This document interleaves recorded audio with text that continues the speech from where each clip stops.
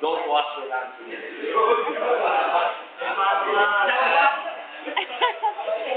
Lalo yan. Lakay siya. Baka hindi ka mapasama. Gagat mo. With cream. Uli mo with cream. Yan na. Yan na po yung blowjob trick na nakikita nila. Check mo muna. Ano pa ang gamitin yan? Pinupush lang sa gilid ha. Very nice. Dito lang. Pupush mo yung... Para sa bunta ko. Okay. Wala na yan. Very good. Sige pa. Okay na. Oo, sir. Ayos. Ano? Okay. Of course, meron tayong cherry sa ibabaw. Ang challenge mo yan, no? Ang challenge ni Alvin. Ang challenge ni Alvin ngayon, paano bababa ngayon yung alak sa loob niyan without using this hand? Baka naman isipin nyo, baka magkakusa kayo sa cherry. Ayan ha, may mga technique po yan. Sigurado alam dito. Madalas yung ginagawa yan.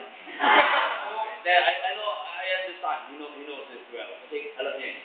Nakikita ko sa pangalan niya ginawa. May alam to. Now, minado mo to, di ba?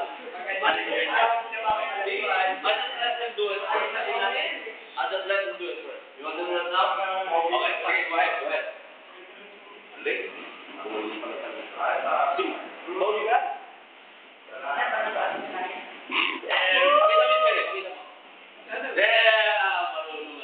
You did that before?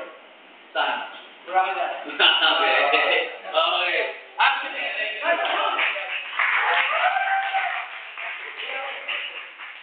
see? I told you, that's the flow. Hindi kasi lahat yan applicable eh. Ibig sabihin hindi siya applicable pero hindi siya merong iba hindi okay. Yung una sa chiller. Kung meron ka na chill, paano kung wala ka na chill? Pangalawa, tingnan niyo yung pangalawa, that is very unsanitized procedure. Sabi ng unsanitized, yung nilulog sa yellow na may tubig, di ba unsanitized yun? Parang napakadumi tingnan. Ang pinakamaganda ng gawin ko, yung ginagawa natin. That is not as chilling the class.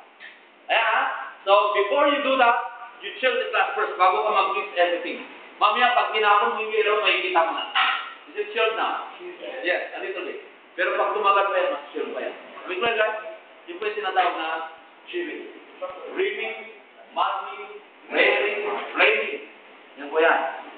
Then what is known as chilling. Kasunod po niya,